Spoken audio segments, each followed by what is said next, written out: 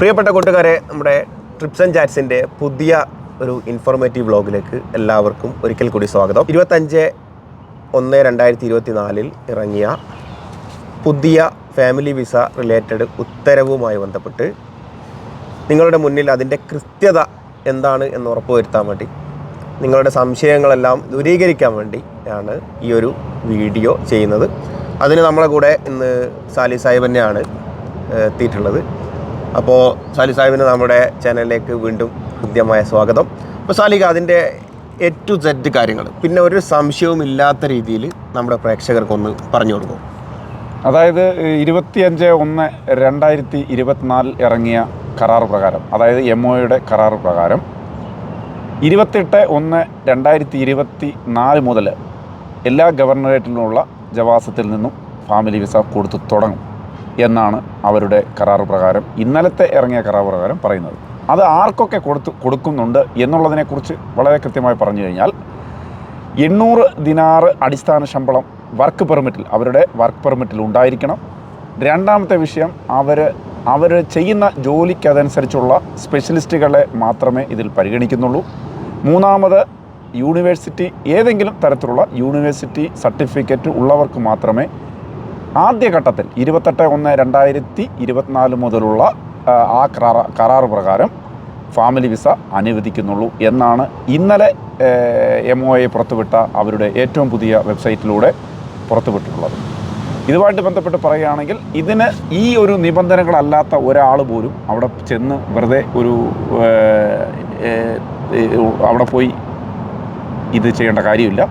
കുടുംബ വിസ, അതായത് family visa നൽകുന്നതിനുള്ള ആ ഒരു സംവിധാനം ഇത്തരത്തിലുള്ളവർക്ക് മാത്രമേ പരിമിതപ്പെടുത്തിയിട്ടുള്ളതായിട്ടുള്ളതാണ് ആ കരാർ പ്രകാരം പറയുന്നത്.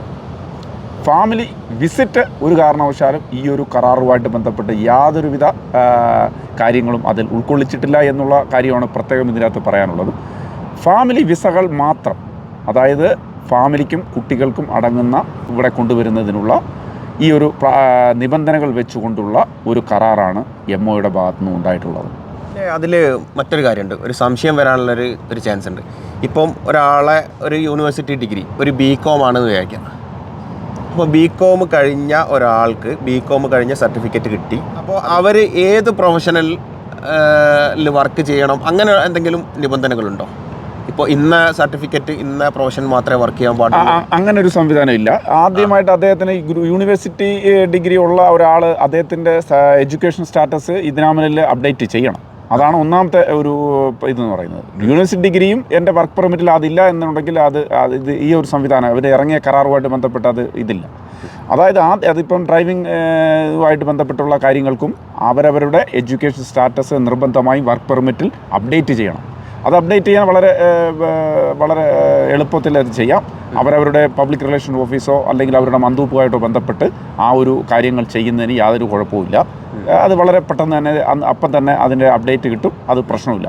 കാരണം അതിൻ്റെ പ്രധാനപ്പെട്ട നിബന്ധന എന്ന് പറയുന്നത്, സർട്ടിഫിക്കറ്റ് നാട്ടിലെ അറ്റസ്റ്റേഷൻ പൂർത്തിയാക്കി ഇവിടെ വന്ന് ഫോറിൻ അഫയേഴ്സിൻ്റെ 5 ദിനാറിൻ്റെ സ്റ്റാമ്പ് അടിച്ച് അതിനുശേഷം അതിൻ്റെ ട്രാൻസ്ലേഷൻ എടുത്ത് മിനിസ്ട്രി ഓഫ് ജസ്റ്റിസിൽ പോയി 2 ദിനാറിൻ്റെ സ്റ്റാമ്പ് അടിച്ച് കഴിയുമ്പോഴത്തേന് സർട്ടിഫിക്കറ്റുമായിട്ട് ബന്ധപ്പെട്ടുള്ള അറ്റസ്റ്റേഷൻ പൂർത്തിയായി. അതിനുശേഷം മാൻ പവർ അതോറിറ്റിയുടെ വെബ്സൈറ്റിൽ അതിൻ്റെ ഓപ്ഷനിൽ പോയി അവരുടെ വിദ്യാഭ്യാസ, ഏത് തരത്തിലുള്ള വിദ്യാഭ്യാസ, ഏത് ഇതായാലും SSLC മുതലുള്ള ഡിഗ്രി തലം, അതിന് മുകളിലോട്ടുള്ളതെല്ലാം അവരുടെ എഡ്യൂക്കേഷനിൽ അപ്ഡേറ്റ് ചെയ്യാൻ കഴിയും. അതിനുശേഷമാണ് ഈ പറഞ്ഞ രീതിയിൽ ആ വർക്ക് പെർമിറ്റിൻ്റെ അകത്ത് അവരുടെ പഠിച്ചിട്ടുള്ള സ്റ്റാറ്റസ് അപ്ഡേറ്റ് ചെയ്യാം. അക്കൗണ്ട്സ് ആണെങ്കിൽ അക്കൗണ്ട്സ്, അങ്ങനെ എക്കണോമിക്സ് ആണെങ്കിൽ അങ്ങനെ ഏത് തരത്തിലുള്ള അപ്ഡേറ്റ് ആ സിസ്റ്റത്തിലുള്ള ആ സ്റ്റാറ്റസ് മുഖേന അത് ചെയ്ത് പൂർത്തീകരിച്ചുകൊണ്ട് അപ്പം തന്നെ അവരുടെ വർക്ക് പെർമിറ്റ് കോപ്പി എടുത്തു കഴിഞ്ഞാൽ അതിൻ്റെ അകത്ത് അപ്ഡേറ്റ് ചെയ്തതായിട്ട് കാണാം. ആ വർക്ക് പെർമിറ്റും 800 KD സാലറിയും ഉള്ള ആ ഒരു വർക്ക് പെർമിറ്റും ആയിട്ടാണ് ഈ പറഞ്ഞ ഫാമിലി വിസയ്ക്ക്. പിന്നെ അതുപോലെ തന്നെ മാര്യേജ് സർട്ടിഫിക്കറ്റ്, അറിയാമല്ലോ, മാര്യേജ് സർട്ടിഫിക്കറ്റ് അറ്റസ്റ്റ് ചെയ്തായിരിക്കണം. അത് ഇവിടെ വന്നതിന് ശേഷം അതിൻ്റെ ഒരു ട്രാൻസ്ലേഷൻ മതി. ഇവിടെ വന്നതിന് ശേഷം ബാക്കിയുള്ള നടപടിക്രമങ്ങൾ പൂർത്തീകരിച്ചാൽ മതി. അപ്പം അത് നമ്മൾ ഇതിൻ്റെ അകത്ത് ചർച്ച വിഷയം ആയിട്ടല്ലാത്തതൊരു കാര്യമായതുകൊണ്ടാണ് അതിൻ്റെ പൂർണ്ണതയിലേക്ക് നമ്മൾ പറയുന്നില്ല.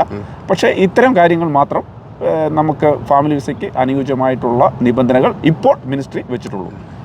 ഇതിനാമലിൽ അപ്ഡേറ്റ് ചെയ്യണം എന്നാണ്. ഇതിനാമലിൽ നമ്മുടെ ഡിഗ്രി സർട്ടിഫിക്കറ്റ് അപ്ഡേറ്റഡ് ആണെങ്കിൽ നമുക്ക് വിസക്ക് ഉള്ള പ്രൊസീജിയറായിട്ട് മുന്നോട്ട് പോവാം. ആ പിന്നെ അതുപോലെ തന്നെ ഇതിൻ്റെ കൂടെ നമുക്ക് അതും കൂടെ ഒന്ന് സൂചിപ്പിച്ചാൽ നല്ലതായിരിക്കും തോന്നുന്നു. ഏതാ ഇപ്പോൾ ഒരാൾ നാട്ടിൽ നിന്ന് വരികയാണെങ്കിൽ വിസ കിട്ടിക്കഴിഞ്ഞാൽ ഈ വിസ തന്നെയാണോ ഇവർക്ക് കിട്ടുക, അല്ലെങ്കിൽ എങ്ങനെയാണത്? ഇപ്പോൾ നിലവിൽ ഈ വിസ അല്ല, ഫാമിലി വിസകൾക്ക് ഈ വിസ സംവിധാനം നിലവിൽ അവരുടെ യൂസറും പാസ്വേഡും ഉള്ളതിൻ്റെ അകത്ത് അപ്ഡേറ്റ് ചെയ്തിട്ടുണ്ട്. പക്ഷേ ഇന്നലത്തെ കരാർ പ്രകാരം ആ ഒരു ഈ വിസ സംവിധാനത്തിൽ നേരിട്ട് ജവാസത്തിലെത്തി നേരിട്ട് ജവാസത്തിൽ നിന്നാണ് ലഭിക്കുക എന്ന് വളരെ കൃത്യമായിട്ട് പറയുന്നുണ്ട്. ആ ഏതൊക്കെ ഗവർണറേറ്റിൽ നാളെ വിസ ഇഷ്യൂ ചെയ്ത് സ്വീകരിക്കുന്നോ ആ ജവാസത്തുകൾ മുഖേന സാധാരണ തരത്തിലുള്ള നിലവിൽ ഈ വിസ അല്ല, സാധാരണ നോർമൽ വിസ ജവാസത്തിൽ നിന്ന് കിട്ടുന്ന വിസകളിലാണ് ഫാമിലി വിസയ്ക്ക് കൊടുക്കുന്നത്. കാരണം അതിനുള്ള സംവിധാനം സിസ്റ്റത്തിൽ ഒരുക്കിയിട്ടുണ്ടെങ്കിലും ഇപ്പോൾ നിലവിൽ നാളെ മുതൽ 28/1/2020 മുതൽ എല്ലാ ഗവർണറേറ്റുകളിലുമുള്ള പാസ്പോർട്ട് ഓഫീസുമായിട്ട് നേരിട്ട് തന്നെ വിസ സാധാരണഗതിയിൽ അവരുടെ ഡീറ്റെയിൽസും എല്ലാം കൊണ്ടുപോയി പാസ്പോർട്ട് കോപ്പിയും മറ്റുള്ള സംവിധാനങ്ങളും ഇന്ത്യൻ എംബസിയുടെ മറ്റ് പേപ്പറുകളും വേണ്ട ആവശ്യമായിട്ടുള്ള റെക്കോർഡ് ഡോക്യുമെൻറ്റ്സ് കൊണ്ടുപോയാൽ വിസ ലഭിക്കും എന്നാണ് MOയുടെ വെബ്സൈറ്റിൽ അവരുടെ ഒഫീഷ്യൽ സൈറ്റുകളിലൂടെ അവർ പുറത്തുവിട്ട ആ ഒരു കരാർ പ്രകാരം പറയുന്നത്. പിന്നെ അതിൽ ഇൻഷുറൻസിൻ്റെ എമൗണ്ട് അല്ലെങ്കിൽ വിസ സ്റ്റാമ്പിങ്ങിൻ്റെ എമൗണ്ട് എന്തെങ്കിലും അപ്ഡേഷൻ ഉണ്ടോ? വിസ സ്റ്റാമ്പിങ്ങിന് ഇല്ല, നിലവിലുള്ള ആ ഒരു ഫീസ് മാത്രമേ ഉള്ളൂ. അത് ഫീസുമായിട്ട് ബന്ധപ്പെട്ട് നിലവിൽ കഴിഞ്ഞ 2022 സ്റ്റോപ്പ് ചെയ്ത് അത് മുതലുള്ള ആ നിബന്ധനകൾ മാത്രമേ ഉള്ളൂ. പ്രത്യേകിച്ച് ഒരു എടുത്തു പറയത്തക്ക നിബന്ധന ഈ ഒരു ആണ്, വിസ ലഭിക്കുന്നതിന് വേണ്ടി ആണ് ഈ നിബന്ധന ഉള്ളത്. വിസ ലഭിച്ചതിന് ശേഷം ഒരു നിബന്ധനകൾക്ക് മാറ്റമില്ല, പഴയതുപോലെ തന്നെ എല്ലാം പഴയത്. ഒരു ഫാമിലി വിസയ്ക്ക് ഉണ്ടായിരുന്ന അതേ നിയമങ്ങളും കാര്യങ്ങളും അത് അടിക്കുന്നതിനുള്ള സംവിധാനങ്ങളും എല്ലാം, അതിനൊന്നും ഒരു തരത്തിലുള്ള മാറ്റവും ഇല്ല. 500 KD എന്നുള്ളത് 300 KD ഉയർത്തി 800 KD ആക്കി. യൂണിവേഴ്സിറ്റി ഡിഗ്രി എന്നുള്ളത് ആ ഒരു സംവിധാനവും പുതുതായിട്ട് എഡ്യൂക്കേഷൻ സ്റ്റാറ്റസ് അപ്ഡേറ്റ് ചെയ്യുക, വർക്ക് പെർമിറ്റിൽ അപ്ഡേറ്റ് ചെയ്യുക.